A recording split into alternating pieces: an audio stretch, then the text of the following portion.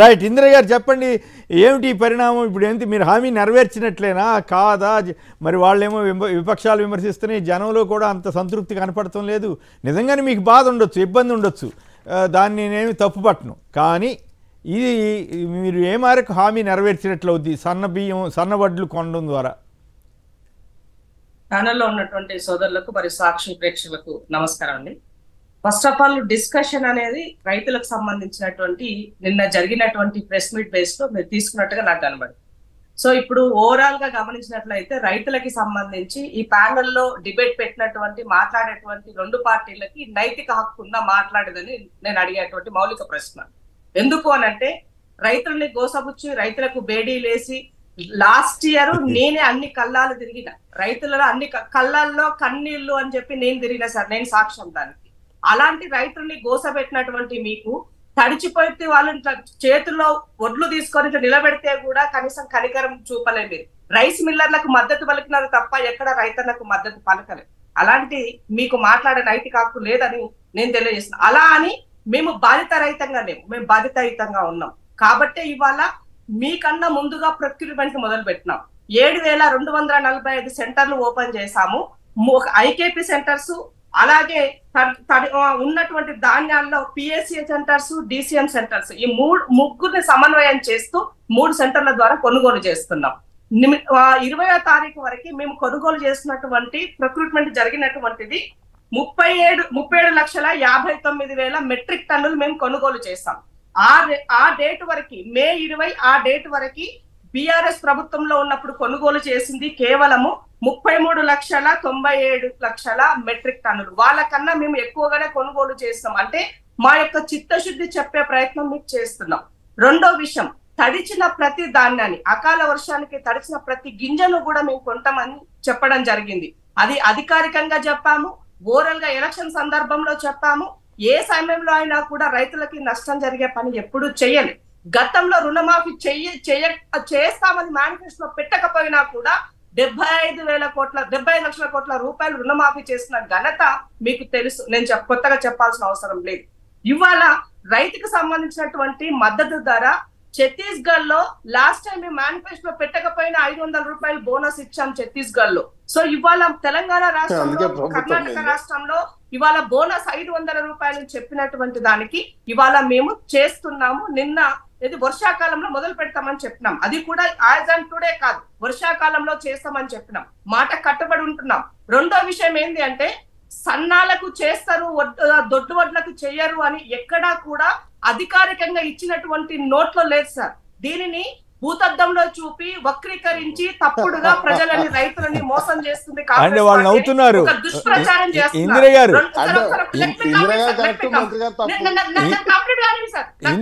ఇందిర గారు, కిషోర్ గారు నవ్వుతున్నారు. మీరు కేబినెట్ లో ఏం తీర్మానం చేశారో మొన్న మంత్రి గారు చెప్పారు కదా, సన్న వడ్లకు ఇస్తాము అని చెబితే దాని అర్థం మిగతాటి కూడా ఇస్తామనా? ఆ పదము నొక్కాయించి చెప్పడానికి కారణం మీకు చెప్తా. ఎందుకంటే ఇవాళ సన్నొడ్లు మన దగ్గర పండించడం తక్కువైపోయింది. దీనిని మనం తక్కువ అవ్వడం ద్వారా ఎక్కువ మంది సన్నాలే తినడానికి ఉపయోగిస్తున్నారు. మన దగ్గర ఆ ప్యాడీ సరిపోవట్లేదు కాబట్టి ఇతర రాష్ట్రాల నుంచి మనం దిగుమతి చేసుకుంటున్నాము. దీనిని మనం పెంచాల్సినటువంటి అవసరం ఉన్నది. అవసరమైనటువంటి పంటలను పండించాల్సినటువంటి అవసరం ఉన్నది. ఈ నేపథ్యంలో మేము సన్నాలకు చేస్తాము అని చెప్పినారంటే రైతుని ఎంకరేజ్ చేయడం కోసము, ప్రోత్సహించడం కోసము, పెట్టుబడి ఎక్కువ అవుతుంది, దిగుమతి వస్తలేదని మీరు ఇబ్బంది పడకూడదు, మేము ప్రభుత్వం మీకు అండగా ఉంటుందని చెప్పడం కోసం చేసిన ప్రయత్నం సార్. దీనిని మీరు వక్రీకరించి, వ్యతిరేకించి ఇవాళ హరీష్ రావు ఒక మాట, కేటీఆర్ ఒక మాట, బీజేపీ కిషన్ రెడ్డి గారు ఒక మాట, ఇలా రకరకాలుగా ఎవరికి నచ్చిన వాళ్ళు చెప్పొచ్చు. మీరు ప్రభుత్వం తరపు నుంచి మా దగ్గర పొరపాటు ఉంటే సరి చేసుకోవడానికి ప్రభుత్వం సిద్ధంగా ఉంది. ఒక జర్నలిస్టు లేసి అడిగిన ప్రశ్నకి వాళ్ళని మేము పరిష్కారం అడుగుతున్నాం సార్. మీరు చెప్పండి ఎలా చేస్తే కరెక్ట్ ఉంటుందో మేము చేస్తామని చెప్పడానికి జర్నలిస్టులు అడిగి కాదు ఇందిర గారు జర్నలిస్టులు అడిగి మేనిఫెస్టో తయారు చేశారా ఏంటి? Yes sir. ఇప్పుడు మీరు ఒక గమనించండి, అధికారంలోకి రాగానే, ప్రజల అధికారం రాకన్నా ముందు అన్ని రకాల అందరితో కలిపి వాళ్ళ యొక్క వచ్చినటువంటి నిర్ణయాల మేరకే మేనిఫెస్టో తయారు చేశారు. దేశవ్యాప్తంగా వచ్చినటువంటి జోడో యాత్ర కారణంగా ఎక్కడెక్కడ ప్రజల యొక్క సమస్యలు దాన్ని బట్టే మేనిఫెస్టో వచ్చింది సార్. ఇది మీకు తెలియదు కాదు కాంగ్రెస్ పార్టీ ఏం చేస్తుందో, కాంగ్రెస్ పార్టీ ఎలా అంటే అట్లా కాదు. ఇట్లా ఇప్పుడు అదే రోజు కనుక మేనిఫెస్టో రోజున సన్న వడ్లకి 500 బోనస్ అని రాసి ఉంటే అసలు సమస్య లేదు కదా. మీరు ఉపన్యాసాల్లో మన నాయకులు ఉపన్యాసాల్లో ఏం చెప్పారు? ప్రతి గింజకు బోనస్ ఇస్తామని చెప్పారా లేదా? చెప్పకపోతే ఎస్ అది మీ తప్పేం లేదు. మేము దొడ్డు వడ్లకు మేము ఇయ్యము అని ఎక్కడ మేము స్టేట్మెంట్ ఇయ్యలేదు సార్. మీరు అది అర్థం చేసుకోవట్లేదు.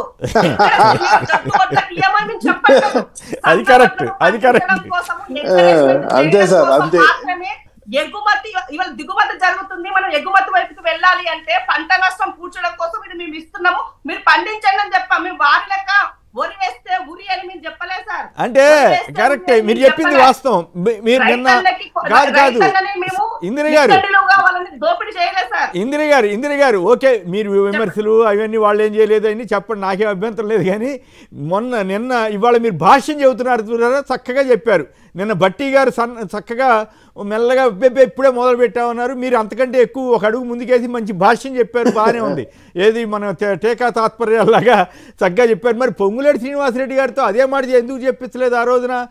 సన్నాలకి ఎంకరేజ్ చేయడం కోసం ఫస్ట్ అనౌన్స్ చేస్తున్నాము, తర్వాత అన్నిటికీ ఇస్తామని క్యాబినెట్లో తీర్మానంలో ఒక లైన్ రాసేస్తే అయిపోయేది కదా సార్. ఇప్పుడు ఒక మాట సార్, ఇప్పటికిప్పుడు ఒట్లు కొనుగోలు జరగట్లేదు, దాని బోనస్ ఇప్పటికిప్పుడు ఇవ్వట్లేదు సార్.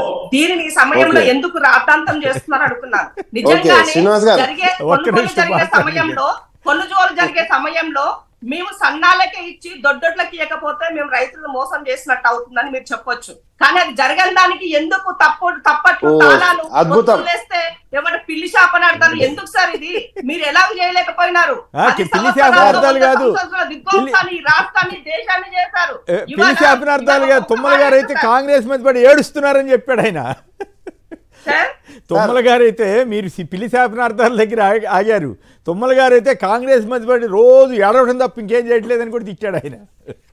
సార్ ఇప్పుడు ఒక మాట ఇప్పుడు వాళ్ళు ఏం మాట్లాడారు, ఏ స్టేట్మెంట్ ఇచ్చారో దాని గురించి నేను మాట్లాడట్లేదు. ప్రస్తుతము రైతులకు సంబంధించిన సమస్యల పట్ల మా యొక్క విశ్వసనీయత పట్ల మీరు మాట్లాడుతున్నారు కాబట్టి విశ్వసనీయతలో కాంగ్రెస్ పార్టీకి గురించి నేను కొత్తగా చెప్పాల్సిన అవసరం లేదని తెలియజేస్తున్నా.